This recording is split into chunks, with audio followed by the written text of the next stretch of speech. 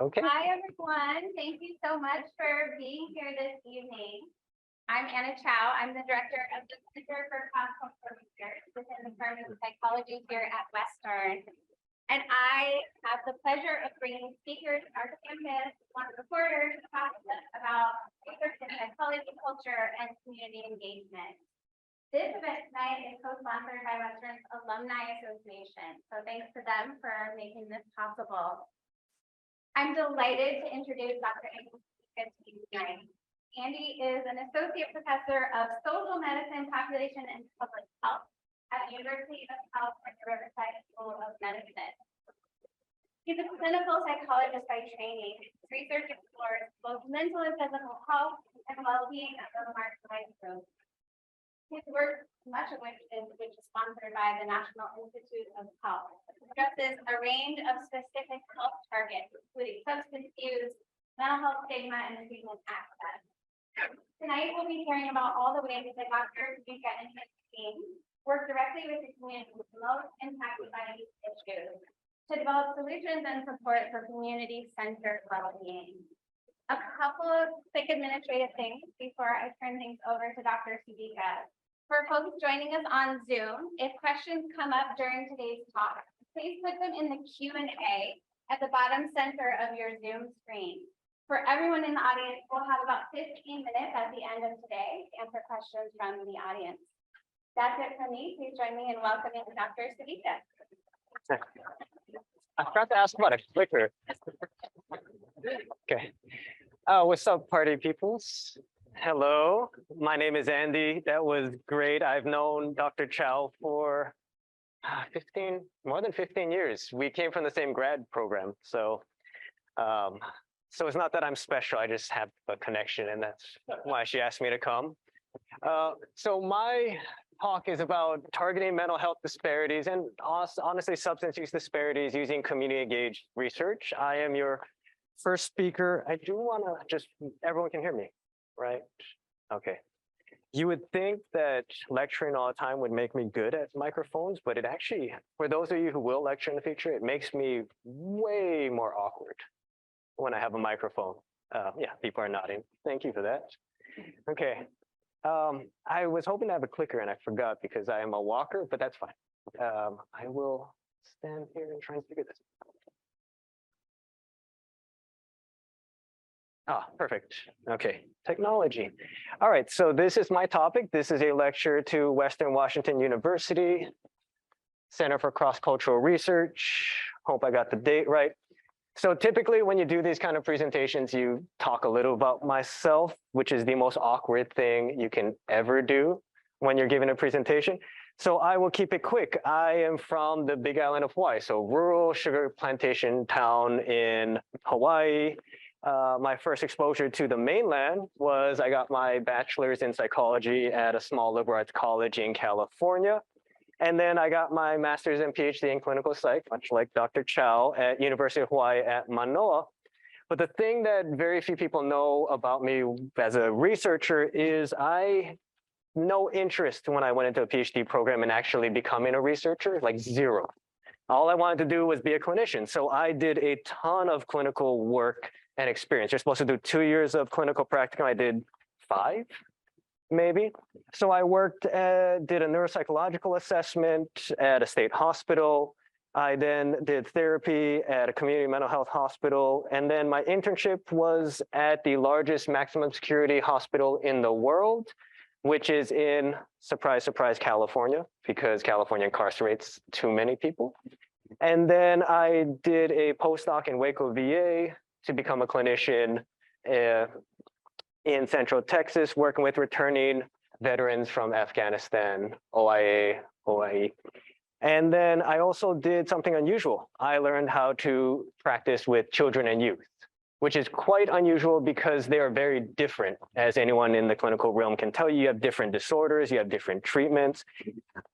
Very much harder sometimes to work with children, for those of you who are like school-based. Because honestly, I used to say when you do very heavy clinical work with children, you're really mostly working with parents. And parents are, being an adult psychologist really helped with that, let me put it that way.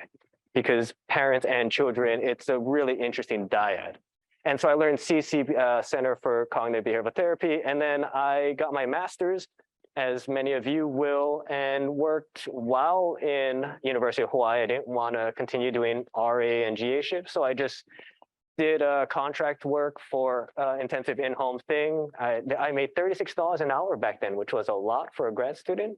So I was able to not continue doing GA and TA shifts and get real world experience. But then I did switch. I won't talk about how, but the main thing I do want to talk about is the reason I do, yeah. Sorry to interrupt you, but I know you want this. Wonderful. Yeah. Thank you. You don't like being right here. I know. Yeah. Okay, thank you. Yeah. Oh, disco. Okay. All right. Okay. Whew. Savior. All right. Okay. So I guess my unconventional path is the reason that I do something called community engaged research, which is a unique realm of research. Have people actually heard of this before? Yeah, okay. It's also known as community-based participatory research. There are different terms, and I'll talk about why we do this now. So National Institutes of Health, and the reason people talk about it is because it's kind of the largest funder of health and mental health research in the world. It's got all the prestige. And so what they did was in 2006, they began to emphasize something called translational research. You'll see they have some NIH clinical translational science institutes popping up around, but it really happened because, and it actually just means translating scientific discoveries into practical discoveries to improve health. And the reason is in early 2000s, the Institute of Medicine had a working group that found that there's a 10 to 25-year gap between when an intervention is developed and when you can actually get it. So when I talk at different places, I'll say, let's say someone creates a new cancer drug that works really, really well, and they go through all the trouble of doing an RCT, spending 10 years, spending billions of dollars. From the moment that it's proven to be what we call efficacious, works, and we know it works, it'll still take between 10 to 25 years before you can go to your clinic and get it. And for the underserved communities I work with, oftentimes they may never get this. And so this is what NIH wanted to reduce. And they felt that the reason was there's weak community researcher communication, which left community concerns out of research agendas. You can build the best CBT intervention in the world, but how can you apply it into community X or Y if you haven't figured out how are they going to respond to it? Is it even feasible in that context? According to CDC, they call it community engaged research. It's the process of working collaboratively with and through groups of people affiliated by geographic proximity, special interest, or similar situations. And so this is important when you think about what a community is, because it can be geographic. So Bellingham, right, can be a community, but I also work with Native Hawaiian Pacific Islanders across the US and the Pacific. That's also a community. So it doesn't have to be geographically bound to be what we consider a community for this context. It's considered to be a collaborative research approach between academic and community partners. Obviously, I'm talking about this a lot more tomorrow. The goal is to address issues of local community need. Recognizes community strengths and resources, which as a psychologist, I like, because as a clinical psychologist, I look so much for disorders, dysfunction. Strengths and resources is nice. And it builds community capacity to do research or affect change. And this is the part I like best about this, is the goal is get papers, sure, get grants, sure, but what are you doing with the communities you're partnering with to sustain something? And so the work I do is called Mental and Physical Health Disparities in Disadvantaged Populations.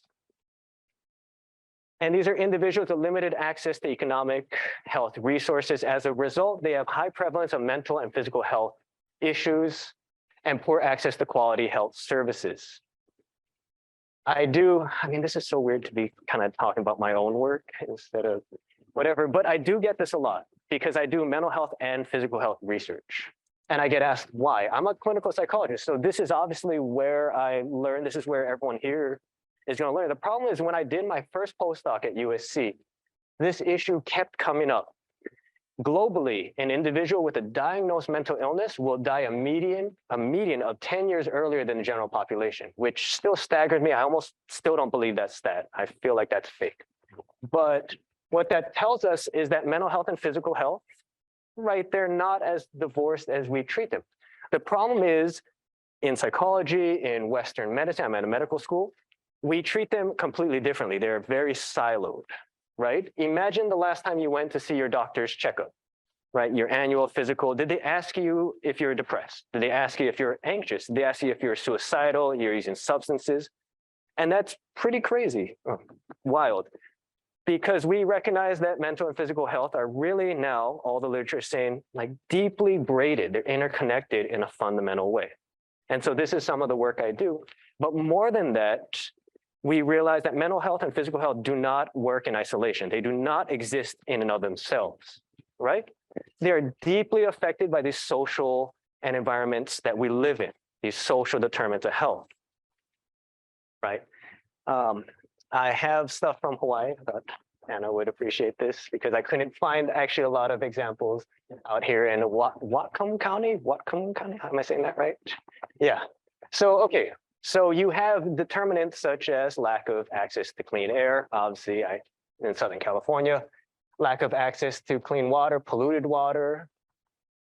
People know about this, the Michigan water crisis. Then you also have things like poverty. You have lack of access to affordable housing. I could have actually put Seattle up there because Seattle is now becoming, very central King County. And then, of course, you can understand why these drive health. You get very poor access to these essential health resources. And so that's disparities. By the way, I get asked often, what is a disparity? And just as a quick aside, the key to what makes something a disparity versus a health difference is a disparity is a health difference between groups that's driven by some form of disadvantage. So it can't be a disparity unless there's a disadvantage driving it. Social, economic, racism, prejudice, something along those lines. So this is designing evidence-based interventions for CBPR. At heart, we come from a very, very clinical behavioral program. We're clinical scientists, right? We're not supposed to be clinicians. So we really focus on evidence-based interventions. That's the training I have. So how do we do this using community-engaged research? Because I was talking to students earlier.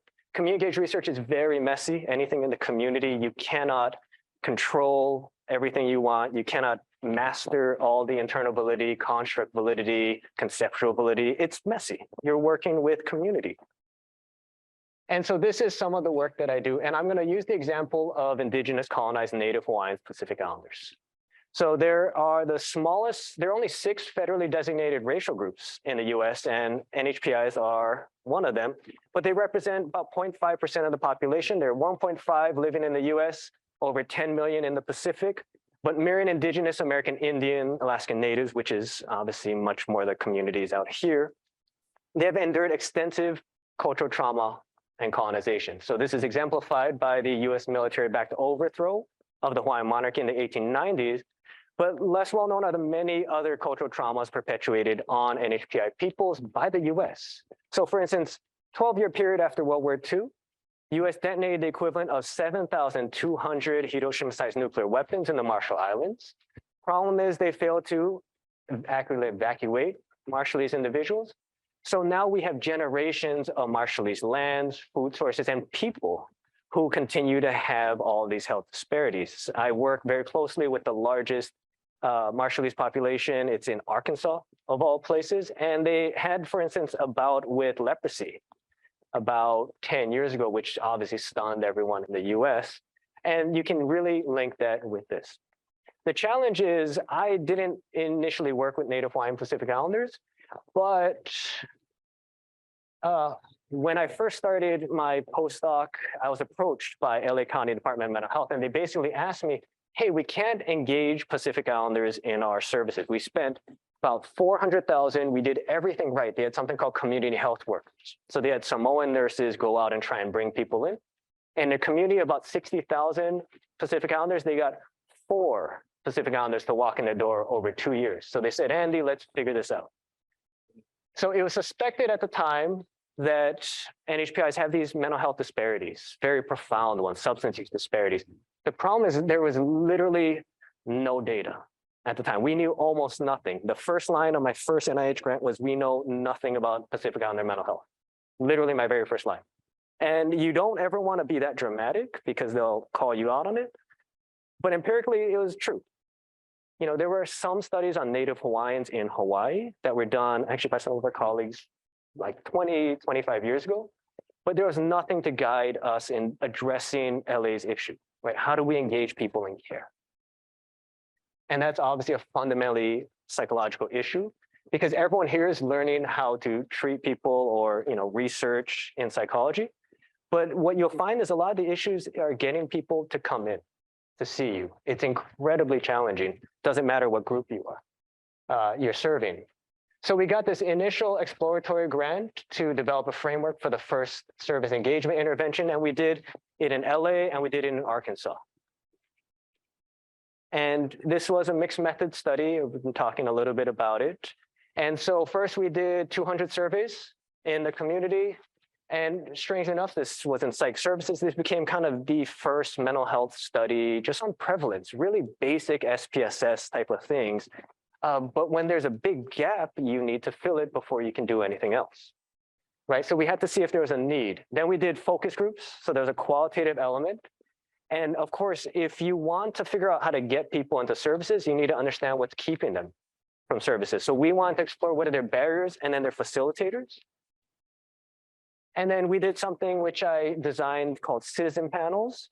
And the goal of this was to rank the 3 biggest issues. We didn't have no idea what they prioritized or what they're even dealing with in their communities. And then we wanted to use these panels to shape existing evidence-based practices, because we have a lot of evidence-based practices around things like mental health engagement, mental health treatment seeking, but we just didn't know what we needed to do to make them work.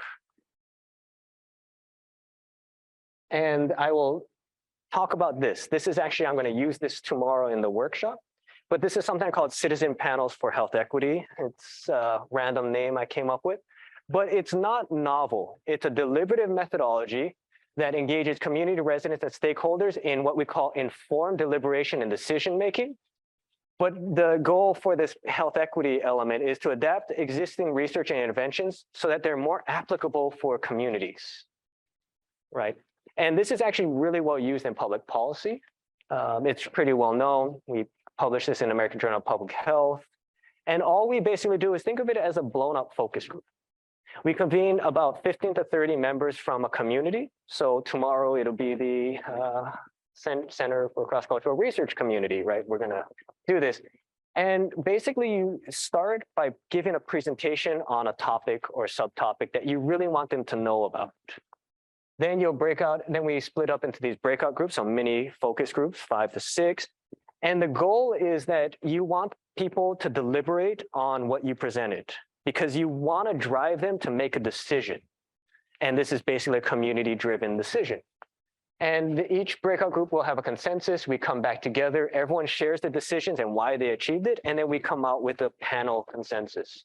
They've actually used this for things in public policy a lot. Let's say they want to build a new transformer electric kind of thing in a community. You know, oftentimes elected officials get in trouble if they just build it, right? They're going to get kicked out. So they will hold these forums. But what makes this interesting is people don't know about the pros and cons of having a transformer next to you, right? So they have to do these presentations first so people can deliberate in an informed way.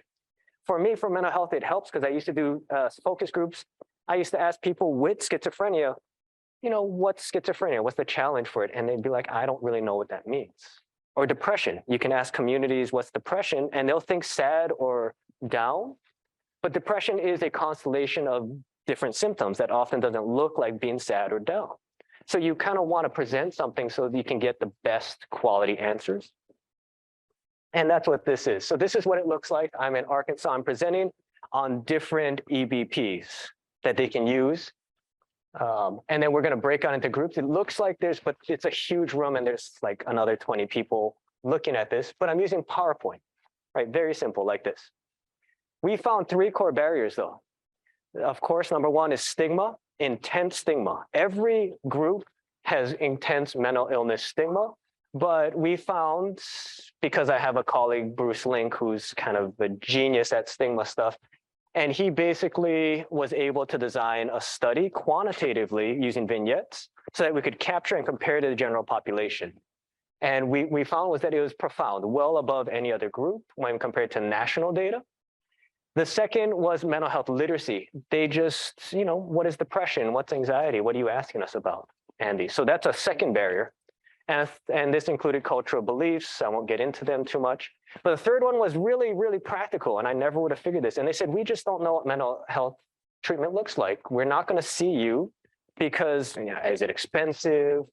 Is it, will my situation get out there? Because they said in like Samoan villages, they go see nurses. If they had a condition, everyone would find out, right? So they're very worried about it, even in the US context, even these urban environments. So I call that demystifying treatment. But they gave me something really interesting. We said, how do we deliver the intervention to you to make it work? Because we know from a Tora model, the health worker model just doesn't work. And they said, Andy, and they unanimously said, we want films, stories as the way that you have to deliver this intervention. And I'm going to steal this from my, so I was able to work with a colleague who's an expert in health communication at USC, Annenberg School of Communication, fancy, right? So Dr. Sheila Murphy is kind of one of the leaders in this, and she asked this from the front. So everyone here, there's two questions, you already saw one of them, but I just want you to think of these two questions that we're going to put up and try and figure out which answer comes to you more quickly. Right? Okay, so first question is, what makes Pinocchio's nose grow longer? Some of the younger people might not remember this. I almost forgot. And then what was the name of your second grade teacher? Okay, so who knows the answer to the first one? Okay, good, right? I probably still can't remember my second grade teacher's name. So, but the whole point of this is it's interesting because one is your own personal experience. You should know the second one very easily. But the first one comes very automatically. And it's because as people, we are primed to remember stories rather than facts and figures. And so the community said this, I'm not a narrative, I'm not a health communication, but if we wanted to address it, I had to learn how to be one.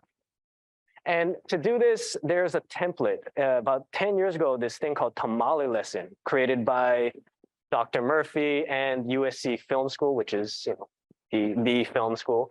So they got professional actors, they got a great script, and they created this Tamale Lesson cervical cancer film to try and increase Latina women approaching, and it worked amazing. It won all of these awards. It's pretty much famous now in the field as like, how do you deliver stuff like this sensitively?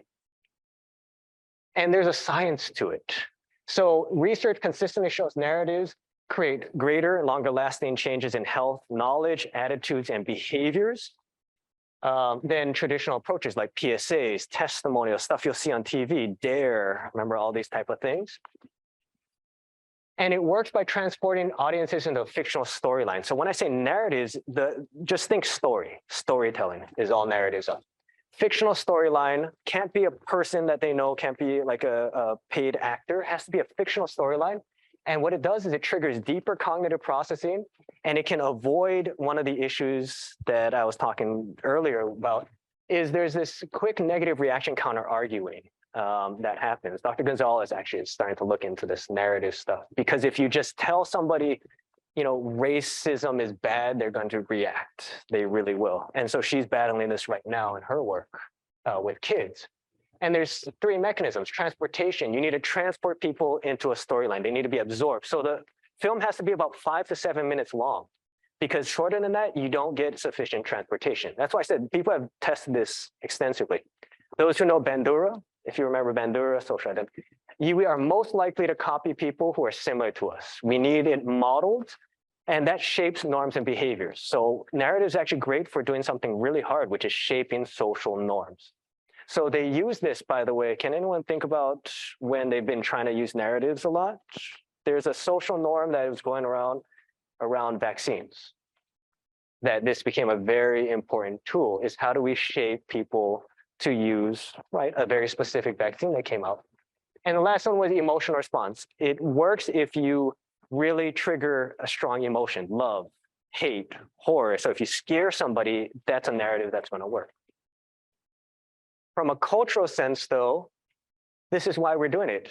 Like all people, Pacific Islanders are ingrained storytellers. So they're innately prepared to be influenced by stories, right? Authority figures, parents, and this is so many cultures, by the way, have been transmitting cultural information through stories. If you can think about growing up, if you learn stories, but there's a profound history in Native Hawaiian Pacific culture. So Moana, she gets multiple stories from multiple people during this, telling them about fables. We have a lot of myths. I'm not Native Hawaiian Pacific Islander, but there's so many myths. Anyone who grows up in Hawaii learns them. You have kupuna, or elders, who teach people stories about it. And then this is funny, this resort called Alumni, which is the Disney hotel. And I just like this picture because even then they tell stories, right, to engage the guests and everything like that. And it's funny because he's one of the actors in our thing.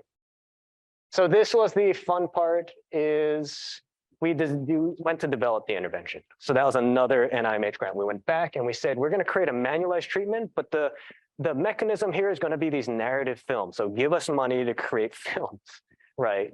And that's not always the easiest sell, but we had a conceptual model right here. But what I want to point out is, oh, cool. Yeah, we had a mechanism. So there are 3 mechanisms. The first is mental health literacy. Remember, that was the #1 barrier. Number 2 was stigma. And the third was this, we don't know what mental health treatment is. So we're creating an intervention that hits these 3 mechanisms, right? Very, very, and there's an evidence-based foundation. These are the interventions we told NIH we're going to present. And we're going to figure out what it looks like. And then there's an iterative model. Sorry, need to go there. But here's kind of what it was. So the past 6 months, and I just came from Hawaii and we actually did this. First, we had to create these scripts that had all of the data and all the mental health information. So we refined these for months, right? And by the way, I hired a film crew. I mean, this is really a thing. Then we had to do auditions. I mean, these are professional actors.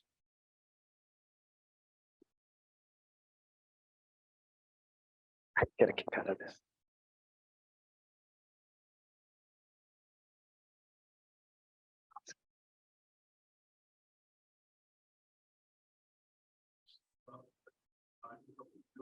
No, it might be too quiet.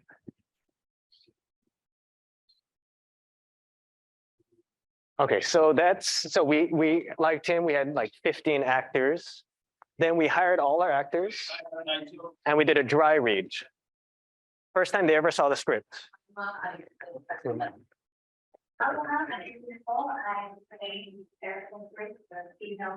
And these are our filmmakers. Hi everyone, my name is Angelica and I'm playing Ina. And hello everyone, my name is Sanjay. Interior family home from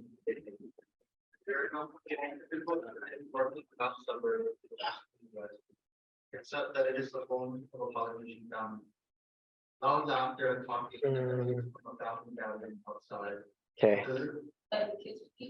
So It's just me. It's been excited, just gonna hang here for a while. Don't be running. Come spend some. Okay. So Interior. oh, that. Okay, so basically we did that, but then we have to have an iterative process for intervention design. So we presented it to our advisory council and they actually went through all of these things and they made huge changes. So they cut our main woman actor. We had a man and a woman film. So we had to honestly recast one of our characters. So they really told us exactly what we needed to do.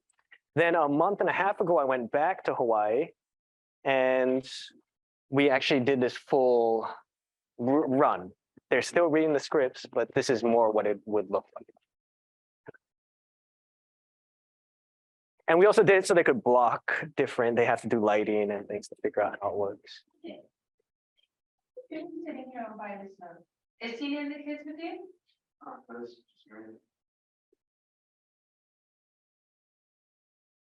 I'm kind of tired. Don't be silly. You should be hanging out with your family. Come on, I'll make you a good food. You, not hungry. Okay, why don't you come help me and Dad in the kitchen? Come on. Come on, let's go. So, Things are good. and then this is kind of, so you have a hero, and then you have to have, so there's a whole list of characters you need to have to make a successful narrative. And so this is like the information dump. And I was your age.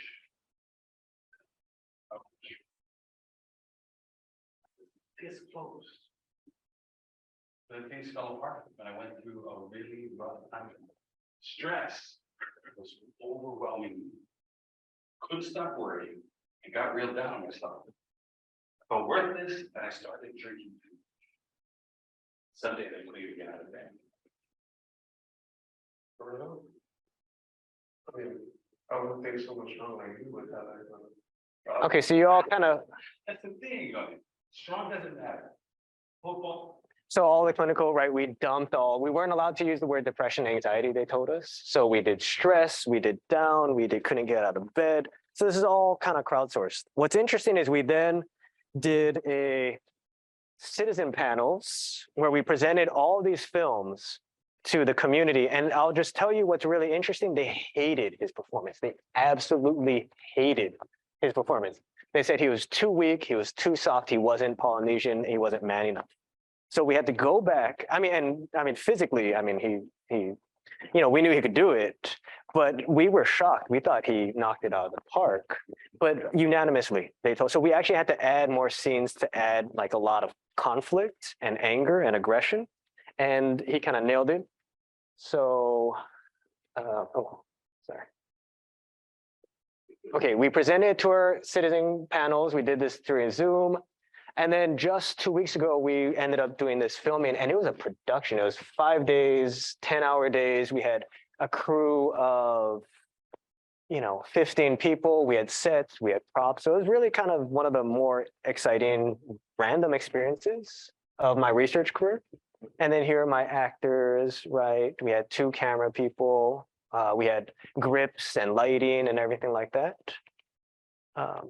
So that is an NIMH approved mental health intervention for Native Hawaiian Pacific Islanders. That's the heart of it. I would have shown you actually that instead of the rehearsal, the actual films, but they're editing it. It takes like 2 months to properly edit something like this because they have so much footage, right? So we're kind of waiting for that. I'm running out of time, so I'm going to skip this. This is a whole other way of doing I'm sorry, don't look at it. I'm just going to like blow through it. Okay, there we go. Because I guess I want to talk about this. This might be more interesting to people because I've been hearing some people have read this kind of paper. Hasn't read this. So earlier this year, I published this paper called Cultural Trauma as a Fundamental Cause of Health Disparities. And the reason I did it was it's a theory paper, and I'm not a big theory guy. As you can tell, I'm community-based. But when I first got that first NIMH grant and we were doing surveys, the community said, hey, great, you're asking about depression, anxiety, alcohol. What about our historical trauma? And I tried to adapt the scale, the historical trauma and loss scale that was created for American Indians. And it failed really, really badly because it's so specific. And I tried using a racial trauma scale that was developed for African Americans. It's in American Psychologist, we know this, failed again. So the problem is, I realized the literature itself, when you talk about this traumas, we have interpersonal trauma, which we're learning with PTSD and how to treat. But when you have these more collective traumas, there are terms like historical trauma, racial trauma, collective trauma, mass trauma, cultural trauma, intergenerational trauma, and they all refer to different groups. Intergenerational is often used for Holocaust survivors. Historical is the research is on American Indian, Alaskan Natives. Racial traumas are on African American, Latinx. And so I was really kind of sitting there thinking, is there a unifying way to understand how do these things affect health and mental health? And so we published this in Social Science and Medicine earlier this year. But I did it with a colleague. His name, I mentioned him before, Bruce Link, and he's kind of a legend in the sociology, public health field, because what he did was he created, along with his partner at Columbia Mailman School, back in '95, this fundamental cause theory. It's kind of this seminal theory in public health. And so Link and Phelan, they had three kind of theoretical ideas. And I like presenting this to psychologists because I didn't know it either. And yet it's such a foundational way of thinking about things. So what they first said in fundamental cause theory is that health disparities affect groups over time, no matter what the condition is. Certain groups will always have health disparities, whether it was smallpox and cholera 200 years ago, whether it was 1919 Spanish flu, 80s and 90s, HIV, AIDS, right? COVID-19, and then right now monkeypox. There are certain groups that are always going to have health disparities. And they said the reason for that is because as new diseases emerge, people with higher SES, so it's a SES thing, have better access to resources to prevent risks.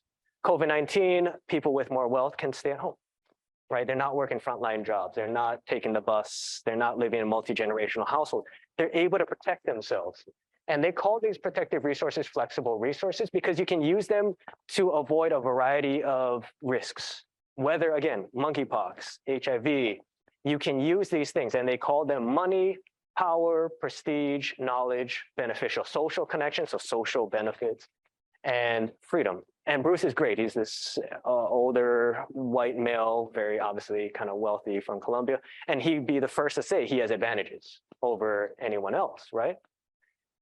What's interesting is many people have kind of used this theory over time, but there are really only three fundamental causes that are codified in literature: SES in '95, stigma by Dr. Mark Katzenbuehler at Harvard Psychology, and then racism, racial segregation. So there's three, and this is by Dr. Williams over at Harvard also. And so what we tried to position was that there is a fourth fundamental cause that nobody's talking about, which is cultural trauma. And this is the definition I came up with, is an overwhelming physical or psychological assault or stress on the culture or cultural resources of a group of people who share a specific shared identity. So a group. The thing about this that it took me a while to figure out is that we focus when we talk about historical trauma, intergenerational trauma, like the Holocaust, or the forcible, relocation, dislocation of American Indians. We focus on the physical, right? The genocide of this. But I say the reason that it perpetuates over time is it actually is an assault on a person's culture. And like all interpersonal traumas, it's enacted and maintained by an oppressive dominant group. This is where I was trying to tell, this is kind of radical, so we see how this goes when I'm presenting it here. But the dominant group performs this cultural trauma to exploit and subjugate the culturally traumatized group, but for their own ends. It's not just because they're mean, right? They're trying to get resources. They're trying to get reputation.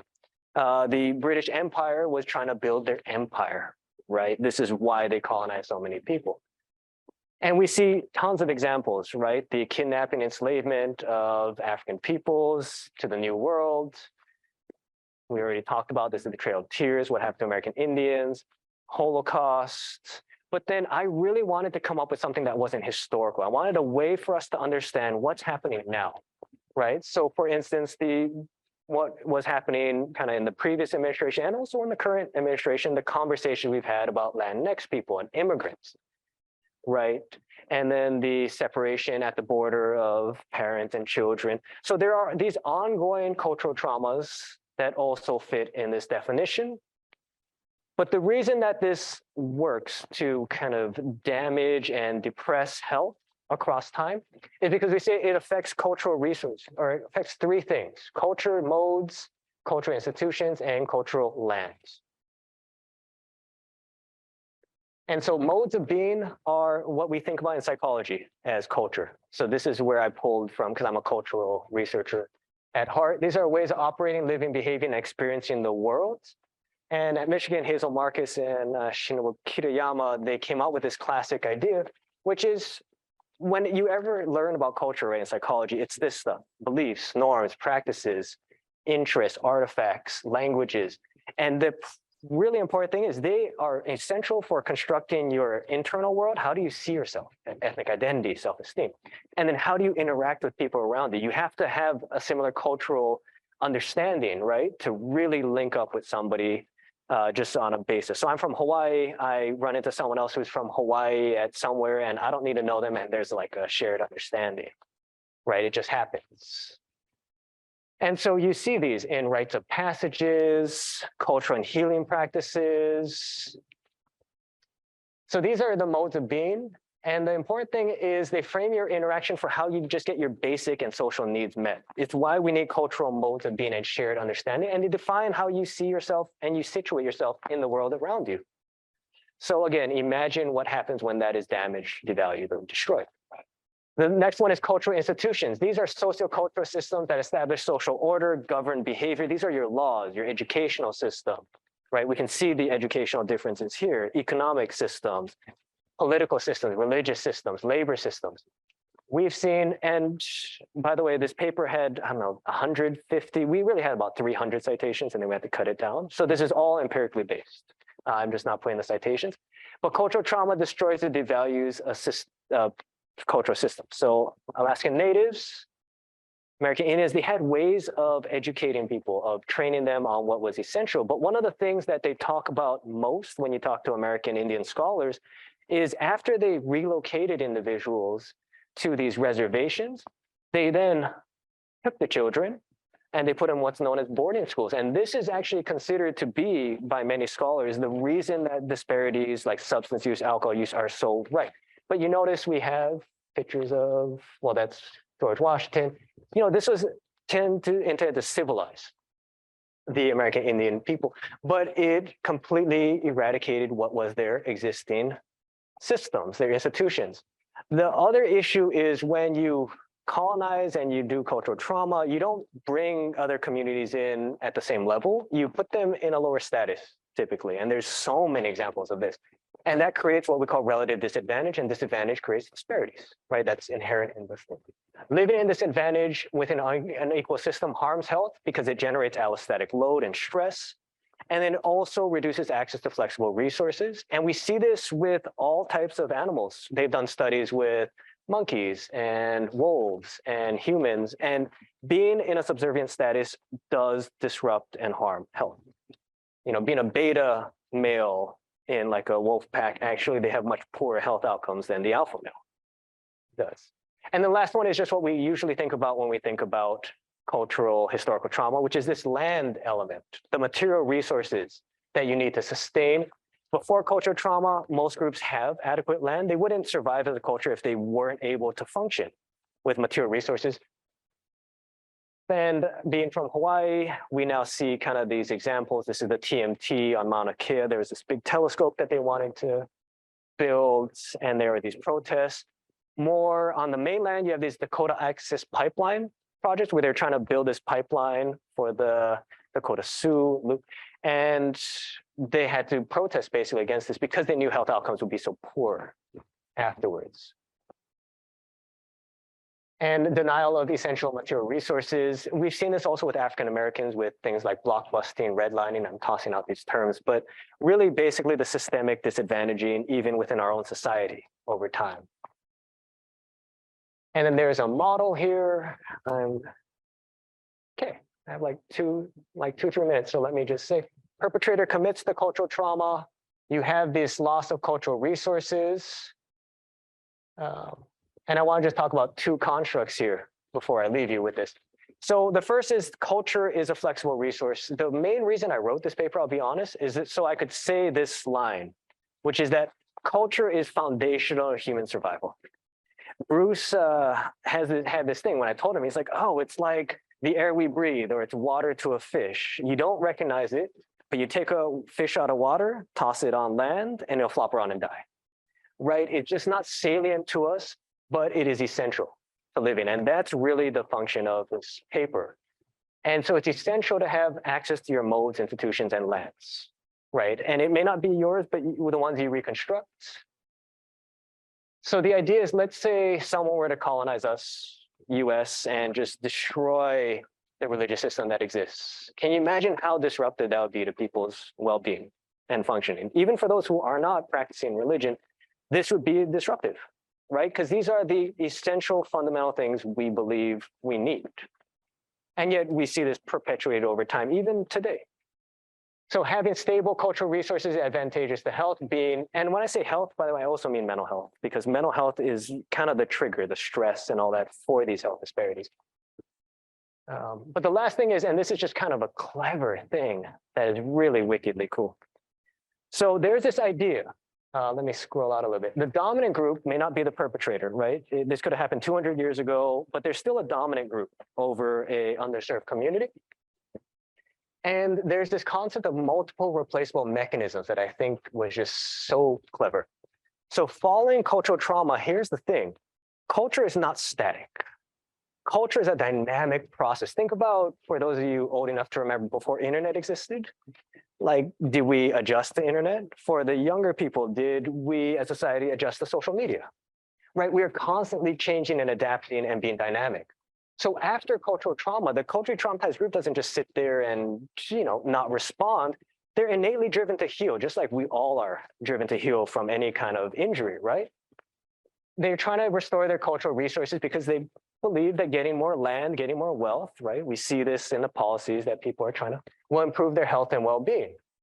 But the dominant group is, in fundamental cause theory, inclined to maintain their advantage over existing resources, right? It's a zero-sum game. And you can look at politics now and see a lot of this happening.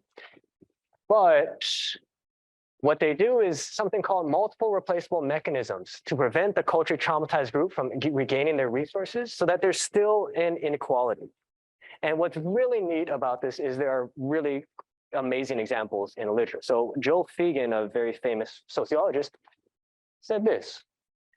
So back in the day, there was slavery, and for those who don't know, slavery was incredibly economically fruitful for plantation owners, but for the US, right? There was great economic benefit. But after slavery was abolished, there were other mechanisms that the dominant group instituted, such as racial terror, Jim Crow, and segregation. And then when those were outlawed, instead of just allowing, restored equal status, there were new mechanisms that had been put in place. Race-based policing, right? And for those who know, there's this young African-American male school-to-prison pipeline. And there are many other examples of this, but we see over time that there are new mechanisms that keep being developed. And so we have interventions, we have all that, but I'm at 2:50, so I'm leaving us 10 minutes exactly for questions. Okay. And sorry, we also started a little bit late. Yeah, so, yeah. We have 10 minutes for. Okay. I'm gonna stop. Yeah. I was just wondering when we're talking about the social trauma, Mm. how does that and where do you find where do you say that's why the word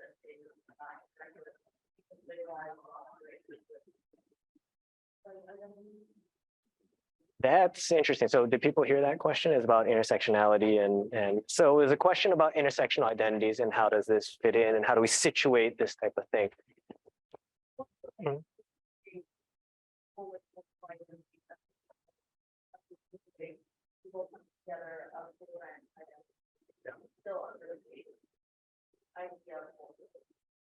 Yeah, I'm going to cheat here. I'm going to give you an answer. We have been talking to people. We've been trying to figure out some of this, also where to structural racism. And we've kind of parceled out structural racism and cultural trauma like we did. But intersectionality is really interesting because we're still trying to figure that out. I would say so much of my inclination, and this is my psychological kind of background, is when you talk about intersectionality, it's about different identities for those who don't know, right? So it's sexual orientation. Let's say you could be a sexual and gender minority, and you could be African American, right? The classic is an African American woman when we first talked about it. But it's so complicated because there are two things that come out in this, in my mind, from a psychological perspective. One is, how do you identify yourself? Because ethnic identity is essential, or any kind of self-identity. Do you identify? So what's the salience of that? And the second thing is, it's also really challenging because you can identify as whatever the heck you want, but a lot of the reaction is, how do other people treat you? It's why I'm multiracial, but we have something called hypodescent or one drop rule, right? You could be President Obama, right? Who is multiracial, half white, half black, but he's a black man, right? I am an Asian man, kind of thing. And so it's tricky. I can't say that I haven't answered because we haven't even started looking at what I think are the psychological processes there. But hopefully you can understand just the reckoning that we're trying to figure out. Yeah, honestly, those are also two very different lines of research that we could kind of continue. Yeah, but it's a great question. It does, and I don't know.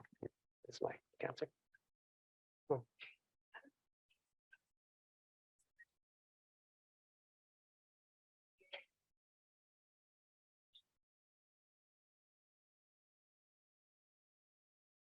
I didn't have time to go. We have a whole treatment element to this. So one is cultural restoration. We have some really good cultural restoration for African Americans, Afrocentric. For like indigenous groups, it's reconnecting with indigenous farming practices. So they take at-risk youth to gardens and things like that. That's one. I mean, there is about 4. But if I'm really going to give an answer here, and it's not a psychological one, it's policies. It's how do we build awareness in the dominant group and the non-dominant group so that we can start to equalize this. And it sounds funny to say, but we've seen some movement there. Black Lives Matters created immense awareness, not just in the African-American community, because they knew this was going on. It created a broader conversation within, politics. The other one I think about is what's the Bernie Sanders one? I'm blanking on this one. Yes, Occupy Wall Street. Yeah. So something like that, which changed the conversation nationally around income inequality, right? It did not really exist to the same degree. So I think, we can kind of create interventions. The challenge is, and this is what I write in the paper, is at the end of the day, you're often putting the onus on the oppressed to solve the consequences and the actions of the oppressor. At what point do we start looking at the other side and figuring out how do we change that? And I think when I say dominant group, it's not about guilt, it's not about privilege. It's literally, it's not person doing X or Y. It's just that, dominant group as a group is just trying to maintain their status, right? It's almost like a natural thing. So when you build awareness in a dominant group, I think most people aren't going to want to keep culturally traumatizing other people. I just innately don't believe that to be true. But I just believe we don't have the awareness or the language yet to understand this. Yeah. I don't know if that answers your question, but I'm always going to go back to policies. Yeah, no, I'm interventionist. What are your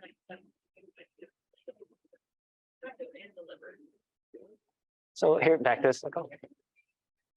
Oh yeah, okay. So for the film, we created the films, and the question is now, what is the next steps to kind of validate, empirically validate? So with this grant, we have 1 more year left to do a pilot study where we're going to do a control and intervention group.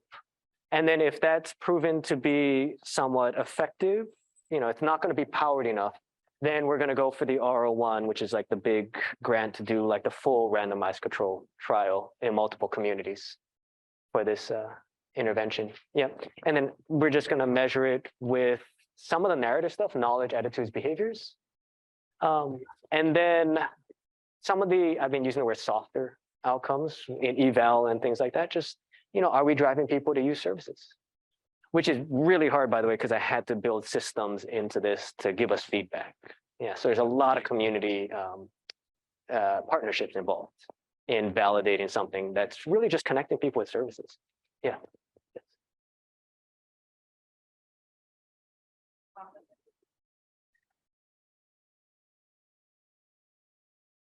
Yeah. Oh, so Okay, well, that's two questions. Citizen panels was one thing, but what I want to express for everyone here for psychology is you still have to adhere to all the principles of validity, generalizability. These are the foundation. You're not going to get a scientific grant unless you nail these things down because reviewers are hard. They kind of get to. So you have to have everything buttoned in. And what we ended up having to do was really sit down, and I'm going to tell y'all who are going to try and do this. The hardest thing to do is figure out how to measure stuff, especially when it comes to communities, because what you want are what are called outcomes.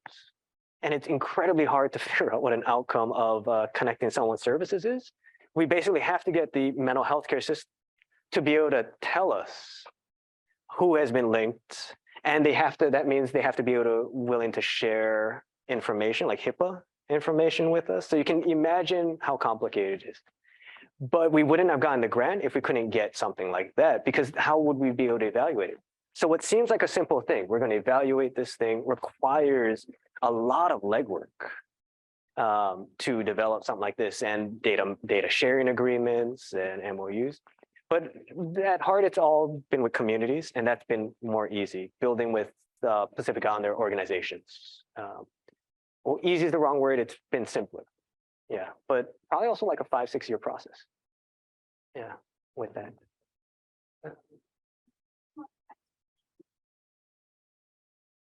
By the way, I haven't looked at the chat. Am I supposed to look at the chat? Here, I'll ask one from